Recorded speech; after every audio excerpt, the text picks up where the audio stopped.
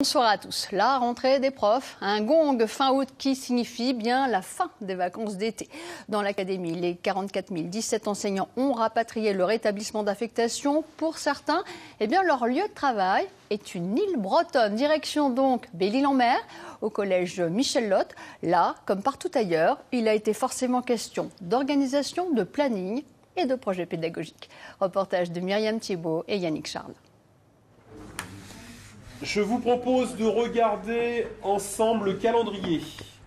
La rentrée se prépare, l'équipe est au grand complet, 16 professeurs et 5 assistantes d'éducation. Demain, le collège public de Belle-Île-en-Mer accueillera ses 162 élèves. Le chef d'établissement n'est pas inquiet, il connaît les enseignants, ils sont là depuis quelques années déjà. On peut faire un travail de fond, c'est-à-dire qu'on n'est pas avec des gens avec lesquels il faut revoir tout le fonctionnement du collège. Là, on est vraiment sur des aspects pédagogiques. Ils connaissent les élèves, ils connaissent l'environnement, donc c'est un gain de temps précieux. Donc ça va nous permettre de rentrer dans le vif du sujet très vite. Certains professeurs n'habitent pas sur l'île et rentrent chez eux, sur le continent, 2 fois par semaine.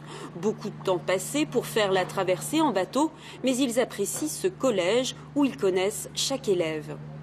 Ce qui est intéressant, c'est que c'est un suivi sur 4 ans. C'est pas juste un suivi sur une année. On voit, comme on a les élèves du début à la fin, on voit clairement l'évolution de chacun sur toute la période.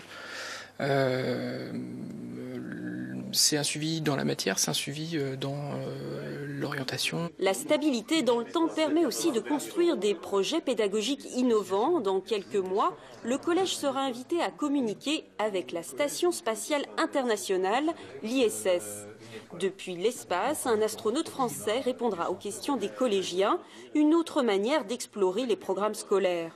En 6e, on va faire le lien entre le fait qu'à Belle-Île, c'est un territoire insulaire, isolé, et que l'ISS, ils sont isolés également. On va voir au niveau du développement durable comment ils vont trier les déchets, le recyclage de l'eau également.